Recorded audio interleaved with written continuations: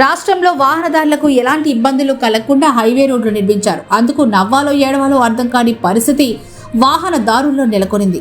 ముఖ్యంగా నెల్లూరు జిల్లా ఉదయగిరిలో ఈ హైవేలపై తరచూ ఎక్కడో ఓ చోట ప్రమాదాలు సంభవిస్తూనే ఉన్నాయి. గతంలో ప్రమాదాలు జరిగితే వాహనం ఢీకొట్టుకొని లేదా అడవి జంతువుల వల్ల జరిగి ఉండేది. కానీ ఇప్పుడైతే రోడ్డుపై ప్రమాదం జరిగిందంటే కారణమేంటో తెలుసా? ఎక్కువ శాతం బర్రెల వల్లనే. ముఖ్యంగా రాత్రిపూట రోడ్డుపై ఉన్న బర్రెలను ఢీకొట్టి పలువురు గాయపడిన సంఘటనలు, కొన్ని సందర్భాల్లో ప్రాణాలు కూడా కోల్పోయిన సంఘటనలు కూడా వెలుగు చూశాయి. ఈ ప్రమాదాలు జరగకుండా అధికారులు, ప్రభుత్వాలు గట్టి చర్యలు చేపట్టాలని, రైతులు గేదెలను రోడ్లపై వదలకుండా చూసుకోవాలని, ద్విచక్ర వాహనదారులు హెల్మెట్ తప్పక ధరించాలని పలువురు అభిప్రాయం వ్యక్తం చేస్తున్నారు. ఈ సందర్భంగా ఉదయగిరి పశువుల ఏడీ డాక్టర్ శశిధర్ స్టార్ 9తో మాట్లాడారు. నా పేరు సలీము. ముఖ్యంగా ఈ జాతీయ రహదారి మీద ప్రయాణించాలంటే ఈ మధ్య కొద్దిగా భయపడాల్సిన పని ఏర్పడింది. ఎందుకంటే రాత్రుల పూట ఈ మన రైతులు ఈ బర్రెల వల్ల, ఈ రాత్రులు జంతువులు తిరుగుతుండడం వల్ల మనకి బైక్స్ వాళ్ళకి చాలా వరకు కనబడక ఈ యాక్సిడెంట్స్ జరుగుతున్నాయి. ఈ అధికారులు మన ఈ బర్రెలకి, కొమ్ములకి రేడియం స్టిక్కర్స్, పెయింట్స్ వేయించి ఈ యాక్సిడెంట్ నివారణని అడ్డుకోవాలని ఆశిస్తున్నాను. ప్రధానంగా సీతారాంపురం నుండి దుత్తలూరు వరకు మొత్తం కూడా అటవీ ప్రాంతం. ఈ అటవీ ప్రాంతంలో అభివృద్ధి చెందడానికి ఈ హైవే నిర్మించిన తర్వాత చాలా సంతోషించాం కూడా ప్రజలు. అయితే ఇటీవల కాలంలో ఈ మెట్ట ప్రాంతంలో ఉండేటువంటి రైతులందరి జీవనాధారము వ్యవసాయం లేకపోవడం, ప్రధానంగా ఈ పాడి పరిశ్రమ పైన ఆధారపడడం జరిగింది.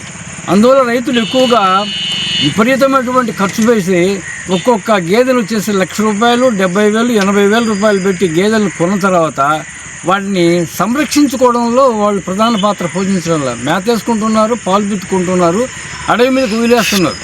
కాబట్టి ఈ అడవి మీదకు వదిలేసిన తర్వాత రాత్రిపూట అవి ఒంటరిగా వస్తున్నాయి.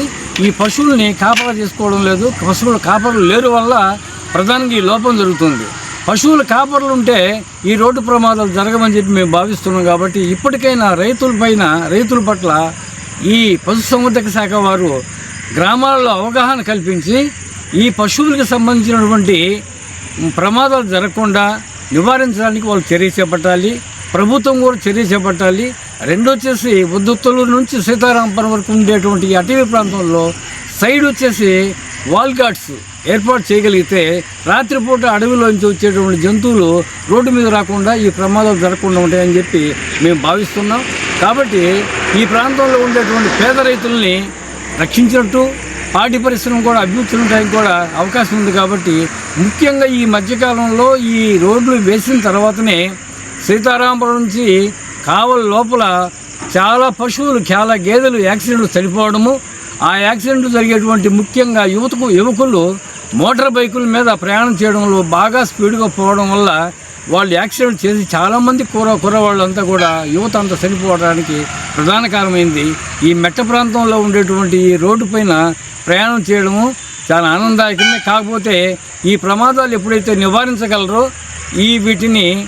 వీటిపైన ప్రభుత్వం కానీ, కలెక్టర్ కానీ ఈ నెల్లూరు జిల్లాలో ఉండేటువంటి ఉదయగిరి ప్రాంతాన్ని, ఈ ఉదయగిరి ప్రాంతంలో ఉండేటువంటి పాడి పరిశ్రమని, యువకుల్ని కూడా కాపాడవలసిందిగా మేము కోరుకుంటున్నాం. నీరు పోసి, కాడి మోసి, పైరు వేసి రాజనాలు పండించావురా ఓ రైతు కూలి, భోజనానికి దక్కలేదురా. ఇది మన ఉదయగిరి ప్రాంతానికి కరెక్ట్గా సరిపోయేటువంటి వాక్యం అన్నమాట ఇది. ఎందుకంటే ఈ ప్రాంతంలో రైతులు సరిగా పంటలు పండించలేక, ఒకవేళ ఏదన్నా ఒక సంవత్సరంలో వర్షాలు పడి పంట పండినా కానీ ఆ పంటను సరైనటువంటి ధర లేక చాలా ఇబ్బందికరమైనటువంటి పరిస్థితులు ఎదుర్కొని తర్వాత పాడి పరిశ్రమను నమ్ముకొని ఈ ప్రాంతంలో రైతులు జీవించేటువంటి పరిస్థితి ఈరోజు ఉంది. కొంతమంది గేదెలను పెంచుకొని, ఆవులను పెంచుకొని దాని ద్వారా వచ్చేటువంటి ఆదాయం మీద బ్రతికేటువంటి పరిస్థితి ఈరోజు ఉంది.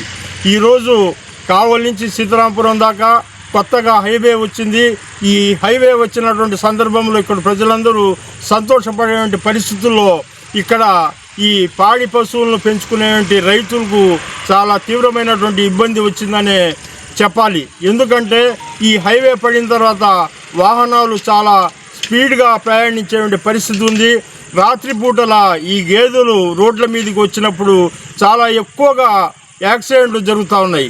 ఈ యాక్సిడెంట్లు జరిగినప్పుడు చాలా గేదెలు చచ్చిపోవడము, తర్వాత చాలామంది మరణం సంభవించడము, చాలామంది చనిపోవడం జరుగుతూ ఉంది. ఇది కేవలం బైక్లో ప్రయాణించే వాళ్ళు హెల్మెట్లు పెట్టుకోకుండా, తగిన జాగ్రత్తలు తీసుకోకుండా ప్రయాణించడం కానివ్వండి, తర్వాత ఈ కార్లలో, బస్సుల్లో, లారీల్లో వచ్చేటువంటి వాళ్ళు కూడా రాత్రిపూట ఈ గేదెలు నలుపు రంగులో ఉంటాయి కాబట్టి, తార్ రోడ్డు కూడా నలుపు రంగులో ఉంటుంది కాబట్టి సరిగా కనబడక యాక్సిడెంట్లు జరిగేటువంటి అవకాశాలు ఎక్కువ ఉన్నాయి. దీని మీద అధికారులు ఈ చుట్టుపక్కల ఉన్నటువంటి రైతులకు వాళ్ళకు అవేర్నెస్ కల్పించాలా. వాళ్ళు రాత్రిపూట గేదెలను హైవే పైన రానియకుండా వాళ్ళు వాళ్ళ ఇళ్లలో కానివ్వండి, పొలాల్లో కానివ్వండి, వాళ్ళకు జాగ్రత్తగా కట్టేసుకునేసి జాగ్రత్త పడాల్సినటువంటి అవసరం ఉంది. ఆ విధంగా రైతులను జాగృతం చేయాల్సినటువంటి అవసరం కూడా ఉంది. తర్వాత ఈ బర్రెలకు ఉండేటువంటి కొమ్ముల మీద రేడియల్ స్టిక్కర్స్ కానివ్వండి, రేడియల్ పెయింట్స్ కానీ వేసి దాని మీద తగిన చర్యలు తీసుకుంటే చాలా ప్రయోజనకరంగా ఉంటుందని చెప్పి నేను భావిస్తూ, ఈ పరిసర ప్రాంత రైతులు కూడా కొన్ని జాగ్రత్తలు తీసుకొని తమ పశువులను కట్టుకొని హైవే మీద రాకుండా చేసుకోవాల్సినటువంటి బాధ్యత ఉంది. దీనిపైన గేదెలను, ఆవులను కాపాడుకుంటారు. తర్వాత ప్రాణ నష్టం కూడా జరగకుండా తగిన జాగ్రత్తలు తీసుకోవాల్సిందిగా నేను కోరుతున్నా. అందరికీ నమస్కారం. నా పేరు డాక్టర్ శశిధర్.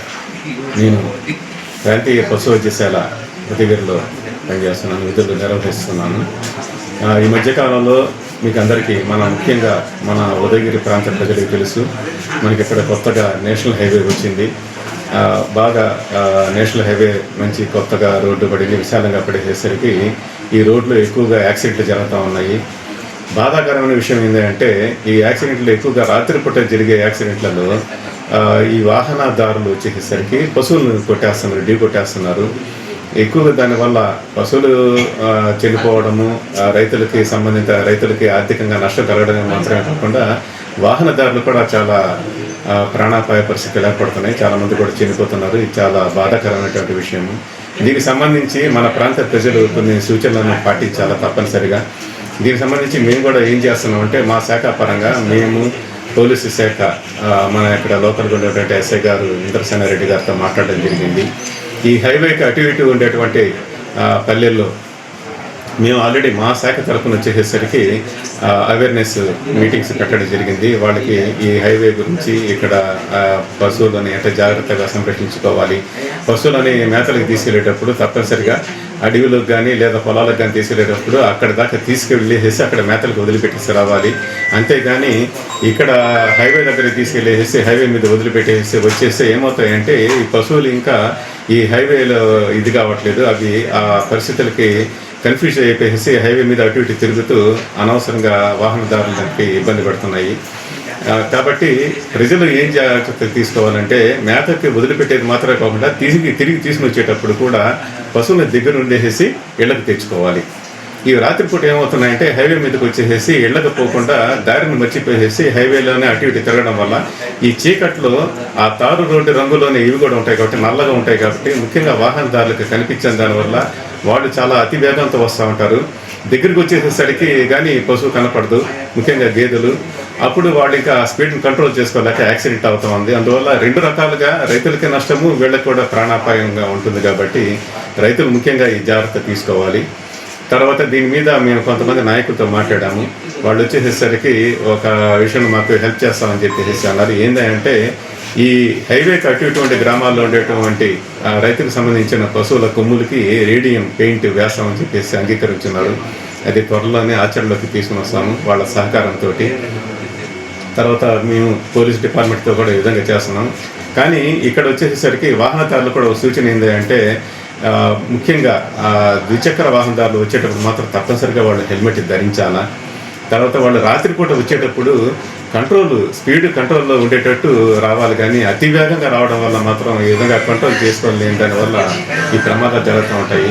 దానివల్ల వాళ్ళ ప్రాణాలకు ప్రమాదం కాకుండా కుటుంబం కూడా ఎంతో ఇబ్బంది పడుతూ ఉంటుంది. కాబట్టి ఇవన్నీ దృష్టిలో పెట్టుకునేసి ప్రజలు కొంతకాలం ఇక్కడ ఉండేటువంటి మన ప్రాంత ప్రజలు ఈ హైవేకి అలవాటు పడేంత వరకు కొద్దిగా వేగాన్ని కొద్దిగా నియంత్రించుకోవాల్సిందిగా, ముఖ్యంగా రాత్రిపూట జాగ్రత్తగా ప్రయాణం చేస్తూ మీరు కూడా జాగ్రత్తగా ఉండాల్సిందిగా కోరుకుంటున్నాను.